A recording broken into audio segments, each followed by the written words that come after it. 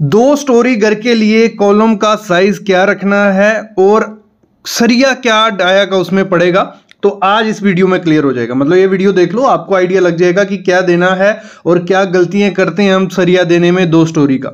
सबसे पहली चीज है, जो आपको कॉलम का सरिया देना है वो काफ़ी चीज़ों पे डिपेंड करता है, मैं साथ साथ में वो बताता जाऊंगा।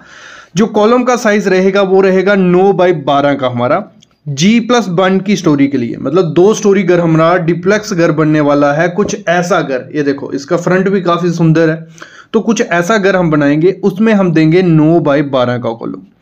जब हम 9x12 का कॉलम उसमें देंगे, एक चीज हमें ध्यान रखनी है कि जो कॉलम होंगे एक दूसरे से वो 17 से 18 फीट दूर होने चाहिए। इससे मतलब ज़्यादा नहीं होने चाहिए, कम होंगे चलेगा, लेकिन 17 से 18 फीट एक दूसरे से दूर होने चाहिए।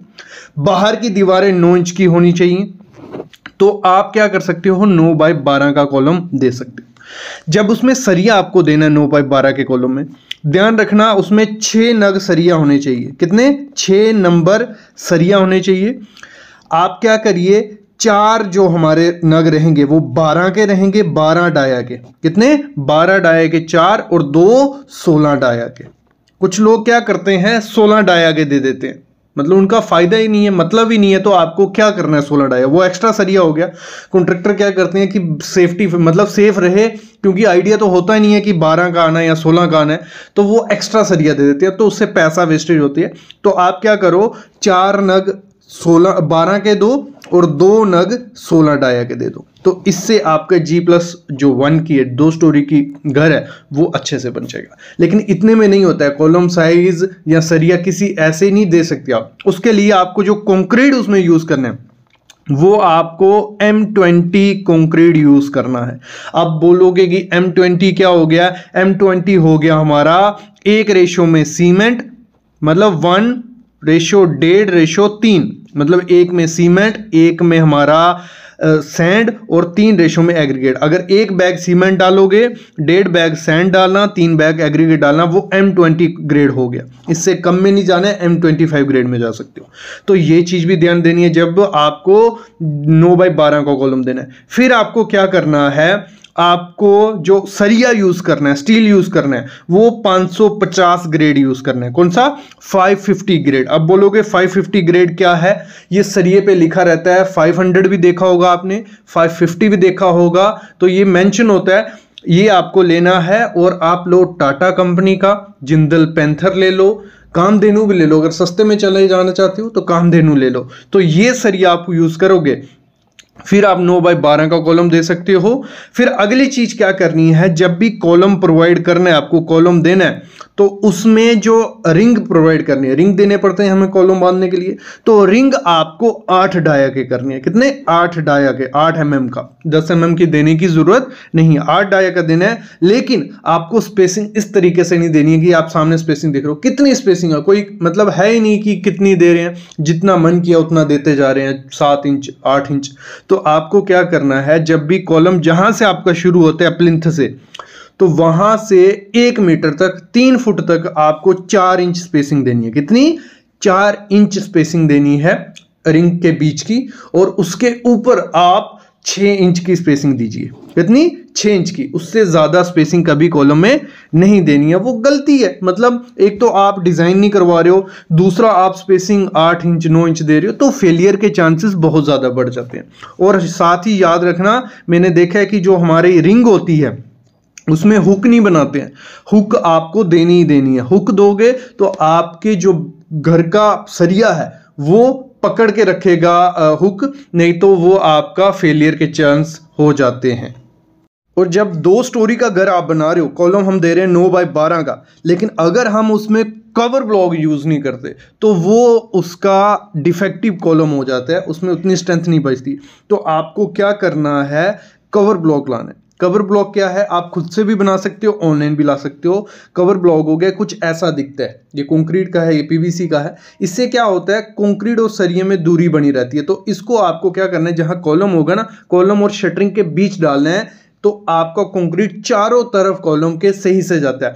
तभी वो जो सरिया है हमारा सेफ रहेगा। नहीं तो आप 20 mm का भी यूज़ कर लोगे तो जब फेल होने में आएगा तो वो सबसे पहले फेल हो जाएगा। तो कवर ब्लॉक भी आपको यूज़ करना ही करना है।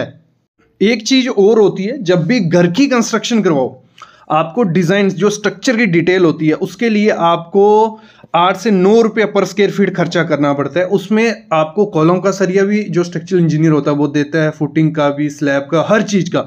तो वो मैं मस्ट कहूँगा दे दो। बाकी क्या होता है 9x12 का कॉलम हम 2 स्टोरी के लिए दे रहे हैं। कई जगह आपने देखा होगा 9x9 का भी कॉलम दिया होता है, वो भी गलत नहीं है, 9x9 का भी कॉलम दे सकते हैं। उस केस में हमें क्या करना है, आपको 16 का सरिया यूज़ करना पड़ेगा।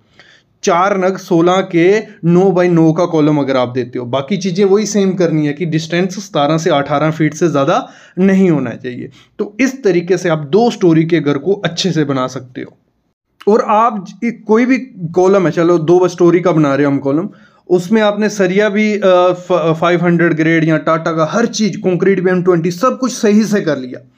जब आपने उसकी अगर क्यूरिंग नहीं की, तराई नहीं की 10 दिन तराई करनी। अगर 10 दिन तराई नहीं की तो वो जो कॉलम की शक्ति होगी, स्ट्रेंथ होगी, वो आधी हो जाएगी। तो आपको 10 दिन तराई करनी है।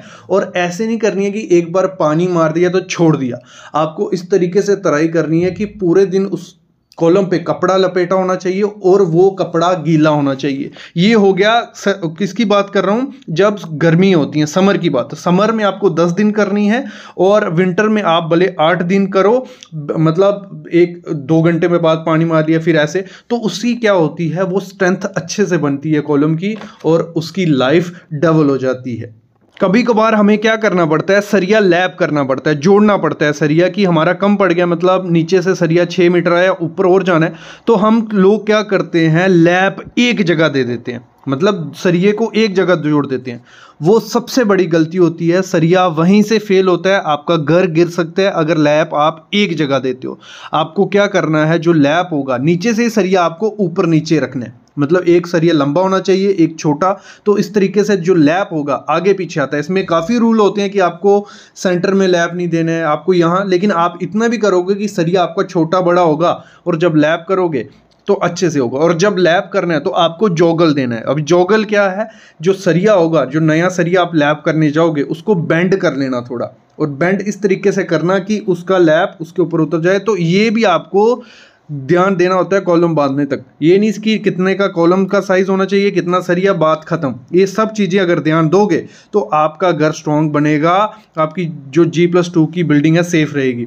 एक और वीडियो आएगी अब G+3 की। अब G+2 के बिल्डिंग के बीम का साइज़, उसमें सरिये का साइज़, फुटिंग का, सब चीज़ें मैं लाने वाला हूँ। ये थंब रूल के हिसाब से रहेंगे। बाकी तो मैं एक चीज़ मस्ट सजेस्ट करूँगा, जब भी घर की कंस्ट्रक्शन करवाओ, 10 से 20 लाख लगवाने वाले हो, तो स्ट्रक्चर की डिटेल एक अच्छे आर्किटेक्ट या स्ट्रक्चरल इंजीनियर से लो ही लो।